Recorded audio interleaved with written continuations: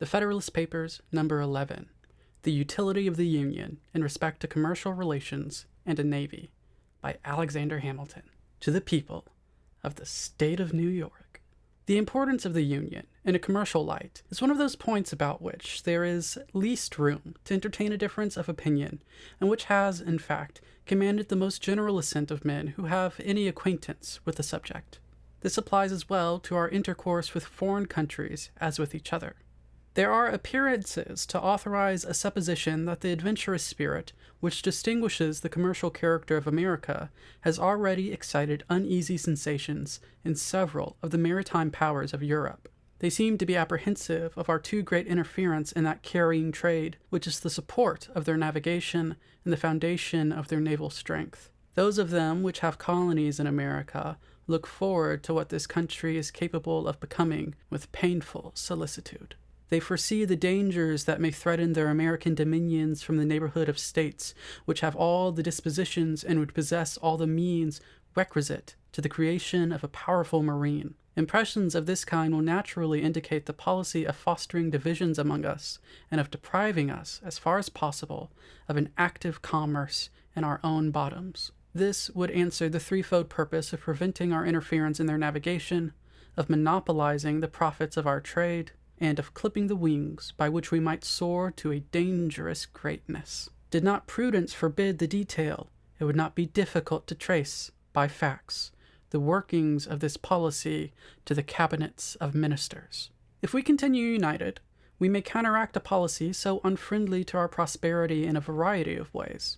By prohibitory regulations extending at the same time throughout the states, we may oblige foreign countries to bid against each other for the privileges of our markets. This assertion will not appear chimerical to those who are able to appreciate the importance of the markets of 3 millions of people, increasing in rapid progression, for the most part exclusively addicted to agriculture, and likely from local circumstance to remain so, to any manufacturing nation. And the immense difference there would be to the trade and navigation of such a nation, between a direct communication in its own ships, and an indirect conveyance of its products and returns to and from America in the ships of another country. Suppose, for instance, we had a government in America capable of excluding Great Britain, with whom we have at present no treaty of commerce, from all our ports. What would be the probable operation of this step upon her politics? Would it not enable us to negotiate with the fairest prospect of success for commercial privileges of the most valuable and extensive kind in the dominions of that kingdom? When these questions have been asked upon other occasions, they have received a plausible, but not a solid or satisfactory answer. It has been said that the prohibitions on our part would produce no change in the system of Britain, because she could prosecute her trade with us through the medium of the Dutch, who would be her immediate customers and paymasters for those articles which were wanted for the supply of our markets. But would not her navigation be materially injured by the loss of the important advantage of being her own carrier in that trade? Would not the principal part of its profits be intercepted by the Dutch as a compensation for their agency and risk? Would not the mere circumstance of freight occasion a considerable deduction? Would not so circuitous an intercourse facilitate the competitions of other nations by enhancing the price of British commodities in our markets, and by transferring to other hands the management of this interesting branch of the British commerce? A mature consideration of the objects suggested by these questions will justify a belief that the real disadvantages to Britain from such a state of things, conspiring with the prepossessions of a great part of the nation in favor of the American trade, and with the importunities of the West India Islands, would produce a relaxation in her present system, and would let us into the enjoyment of privileges in the markets of those islands elsewhere, from which our trade would derive the most substantial benefits. Such a point gained from the British government, and which could not be expected without an equivalent in exemptions and immunities in our markets, would be likely to have a correspondent effect on the conduct of other nations, who would not be inclined to see themselves altogether supplanted in our trade. A further resource for influencing the conduct of European nations toward us in this respect would arise from the establishment of a federal navy. There can be no doubt that the continuance of the Union under an efficient government would put it in our power, at a period not yet very distant, to create a navy which, if it could not vie with those of the great maritime powers, would at least be of respectable weight if thrown into the scale of either of two contending parties. This would be more peculiarly the case in relation to the operations in the West Indies. A few ships of the line sent opportunely to the reinforcement of either side would often be sufficient to decide the fate of a campaign, on the event of which interests of the great magnitude were suspended. Our position is, in this respect, a most commanding one. And if to this consideration we add that of the usefulness of supplies from this country in the prosecution of military operations in the West Indies, it will readily be perceived that a situation so favorable would enable us to bargain with great advantage for commercial privileges. A price would be set not only upon our friendship, but upon our neutrality. By a steady adherence to the Union, we may hope ere long to become the arbiter of Europe and America, and to be able to incline the balance of European competitions in this part of the world as our interest may dictate. But in the reverse of this eligible situation, we shall discover that the rivalships of the parts would make them checks upon each other, and would frustrate all the tempting advantages which nature has kindly placed within our reach. In a state so insignificant, our commerce would be a prey to the wanton intermeddlings of all nations at war with each other, who, having nothing to fear from us, would with little scruple or remorse supply their wants by depredations on our property, as often as it fell on their way. The rights of neutrality will only be respected when they are defended by an adequate power. A nation, despicable by its weakness, forfeits even the privilege of being neutral. Under a vigorous national government, the natural strength and resources of the country, directed to a common interest, would baffle all the combinations of European jealousy to restrain our growth. This situation would even take away the motive to such combinations by inducing an impracticability of success. An active commerce, an extensive navigation, and a flourishing marine would then be the offspring of moral and physical necessity. We might defy the little arts of the little politicians to control or vary the irresistible and unchangeable course of nature. But in a state of disunion, these combinations might exist and might operate with success. It would be in the power of the maritime nations, availing themselves of our universal impotence, to prescribe the conditions of our political existence. And as they have a common interest in being our carriers, and still more in preventing our becoming theirs, they would in all probability combine to embarrass our navigation in such a manner as would in effect destroy it, and confine us to a passive commerce. We should then be compelled to content ourselves with the first price of our commodities, and to see the profits of our trade snatched from us to enrich our enemies and persecutors. That unequaled spirit of enterprise which signalizes the genius of the American merchants and navigators, and which is in itself an inexhaustible mine of national wealth, would be stifled and lost, and poverty and disgrace would overspread a country which with wisdom might make herself the admiration and envy of the world. There are rights of great moment to the trade of America, which are rights of the Union. I allude to the fisheries, to the navigation of the western lakes, and to that of the Mississippi. The dissolution of the Confederacy would give room for delicate questions concerning the future existence of these rights, which the interest of more powerful partners would hardly fail to solve to our disadvantage. The disposition of Spain with regard to the Mississippi needs no comment. France and Britain are concerned with us in the fisheries, and view them as of the utmost moment to their navigation. They, of course, would hardly remain long indifferent to that decided mastery of which experience has shown us to be possessed in this valuable branch of traffic, and by which we are able to undersell those nations in their own markets. But more natural than that, they should be disposed to exclude from the list such dangerous competitors. This branch of trade ought not to be considered as a partial benefit. All the navigating states may, in different degrees, advantageously participate in it, and under circumstances of a greater extension of mercantile capital would not be unlikely to do it.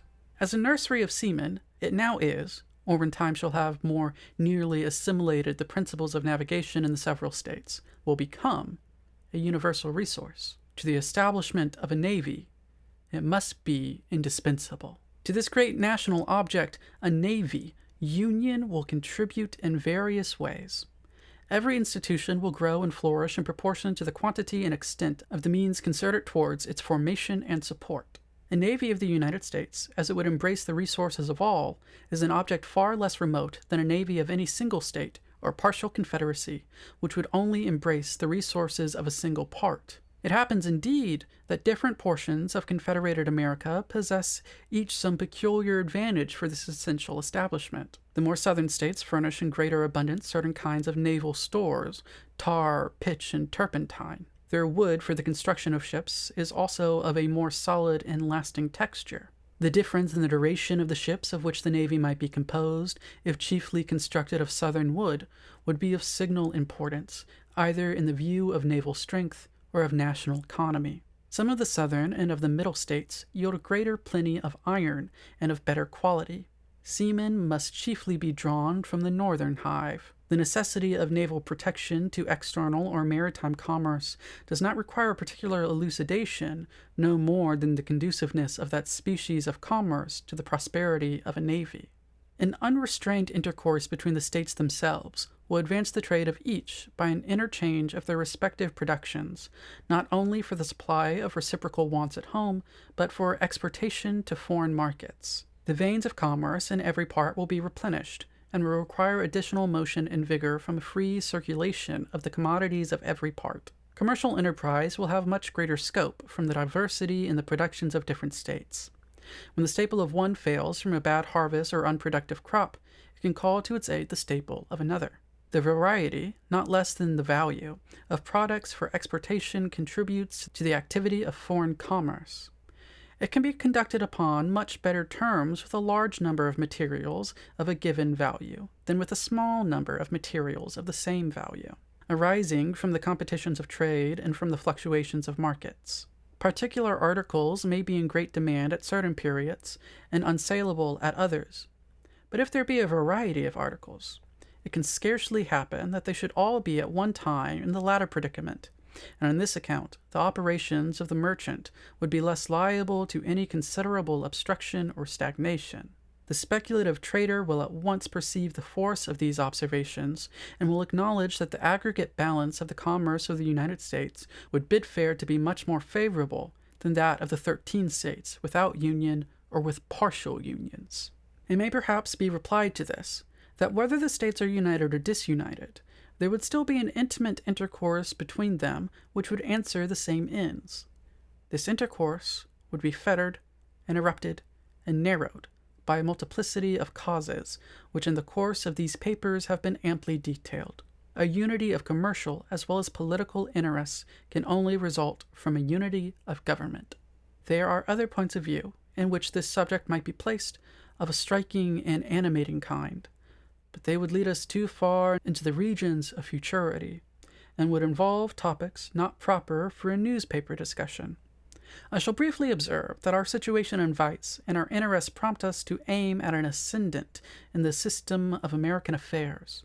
The world may politically, as well as geographically, be divided into 4 parts, each having a distinct set of interests. Unhappily for the other 3, Europe, by her arms and by her negotiations, by force and by fraud, has, in different degrees, extended her dominion over them all.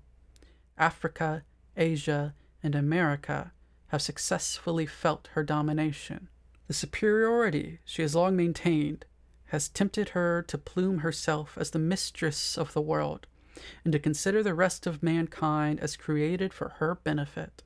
Men admired as profound philosophers have, in direct terms, attributed to her inhabitants a physical superiority, and have gravely asserted that all animals, and with them the human species, degenerate in America, that even dogs cease to bark after having breathed a while in our atmosphere. Facts have too long supported these arrogant pretensions of the Europeans. It belongs to us to vindicate the honor of the human race, and to teach that assuming brother moderation. Union will enable us to do it. Disunion will add another victim to his triumphs. Let Americans disdain to be the instruments of European greatness.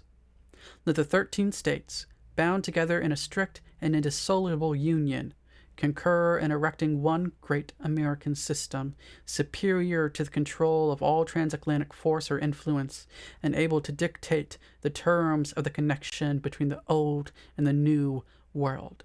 Hi, Thank you so much for listening or watching, just for tuning in. Like, comment, subscribe if you feel like it. That really helps out me and the channel. Join me over on Patreon if you would like, where you'll be able to get these videos earlier, as well as early access to other content from my other channels. You'll also be able to have a voice in what other things I will be reading and uploading.